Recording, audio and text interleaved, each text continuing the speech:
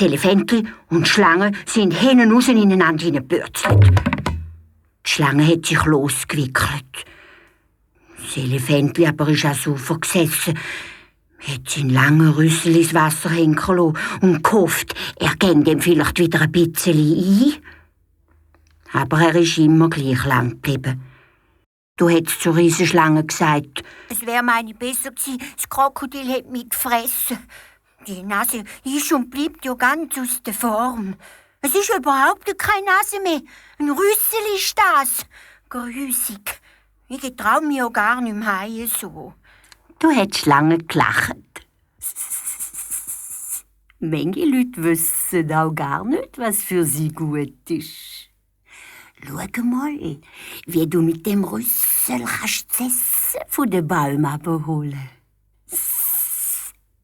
Gell, das hättest du mit dem kurzen Stümpli nicht fertig gebracht.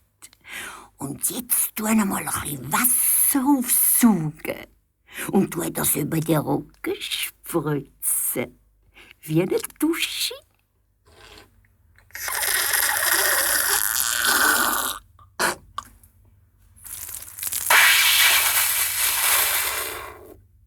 Gell, das ist schön kühl.